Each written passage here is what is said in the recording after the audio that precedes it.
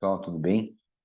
Então, essa aula eu vou falar sobre os mecanismos neurais da memória, estabelecendo aí alguma correlação com a mente e com a matéria, trazendo assuntos que eu gosto muito e acho que vai ser interessante para vocês também. Então, vamos lá. Então, quais são os mecanismos neurais da memória? Certo? Então, primeiramente, eu preciso que vocês entendam isso. Nós não possuímos neurônios de memória ou células para guardar a informação como um HD. Embora existam algumas áreas no cérebro, como o hipocampo, por exemplo, que está lá na parte de dentro do lobo temporal, que está muito relacionado à transformação de memórias em curto prazo para memórias em longo prazo, nós não temos esse HD, né? Nós aprendemos e criamos memória a partir de conexões. Então, memórias que não estão sendo evocadas, né, conjuntos de neurônios, eles são destruídos e a gente vai começar a formar novas conexões, novas sinapses, em novos circuitos de memórias que estão sendo mais utilizadas. O cérebro, ele cria conexões a partir de informações que você já tem. Mas essa ligação é temporária e forma uma memória de curto prazo, que se não for reforçada, será perdida. Então, como que nós podemos reforçar essas memórias? Como que se faz o reforço das sinapses para que tenhamos uma memória sempre de longo prazo? Essa aqui é uma explicação através dos neurotransmissores do reforço das memórias. Então, gente, como que acontece isso? Isso aí acontece assim, ó. Aqui nós temos, então, o neurônio pré-sináptico, certo? Nós temos aqui a fenda sináptica e aqui a gente tem o neurônio pós-sináptico. O impulso nervoso, ele vem nesse sentido, tá? Do neurônio pré-sináptico para o neurônio pós-sináptico. Então, olhem só o que que acontece. Quando nós temos uma ativação desse primeiro neurônio aqui, o pré-sináptico, de forma forte e frequente, o que que ele vai fazer? Ele vai liberar essas vesículas contendo os neurotransmissores, aqui o glutamato, principalmente, que é um neurotransmissor mais relacionado com a memória. Então, com essa estimulação forte e frequente do neurônio pré-sináptico, essas vesículas vão liberar os neurotransmissores na fenda sináptica e esses neurotransmissores, eles vão se encaixar aqui, ó, num receptor, tá? O receptor do tipo AMPA. Esses receptores aqui vão provocar a entrada de mais íons de sódio no neurônio pós-sináptico. Essa entrada dos íons de sódio vai provocar uma despolarização com a saída de magnésio e com a entrada de cálcio para dentro desse neurônio pós-sináptico. A entrada de cálcio, ele vai fazer com que isso aqui coloque a exposição de receptores de AMPA que estavam escondidos, trazendo esses receptores para a superfície.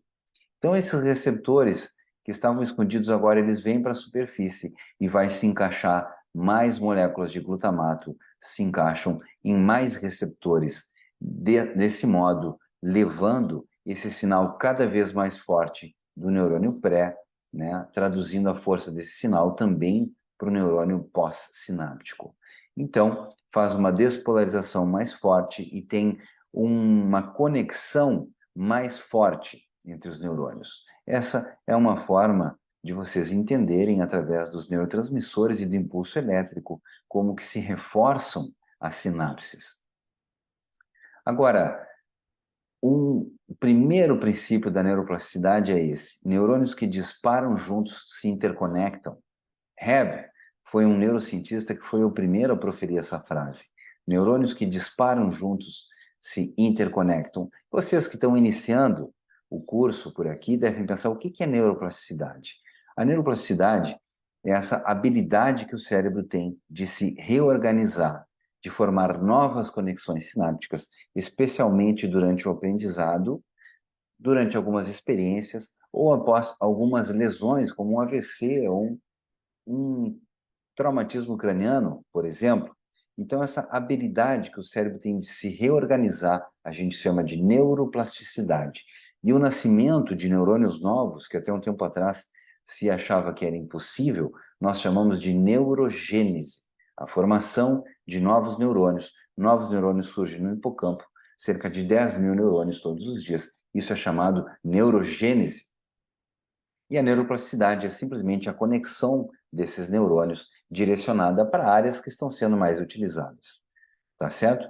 Então, neurônios que disparam juntos, eles se interconectam. Então, tem aqui duas formas principais do reforço da memória, gente. Primeiro, um único neurônio disparando, aquela força do sinal vai fazer com que receptores sejam mais disponibilizados no neurônio pós-sináptico, aumentando a força do impulso elétrico para o neurônio pós-sináptico.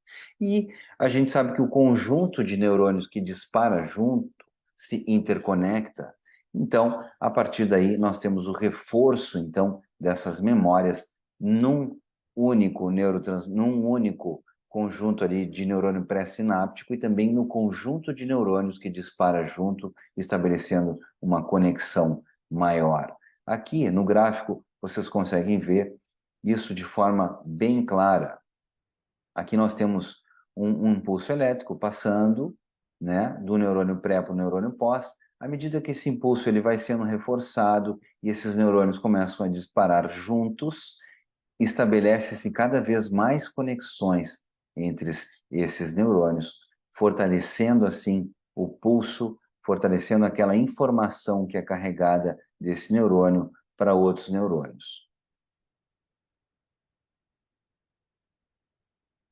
O que mais, gente, que é importante aqui? Através desses mecanismos principais é que criamos um circuito responsável por aquela memória, aquela experiência.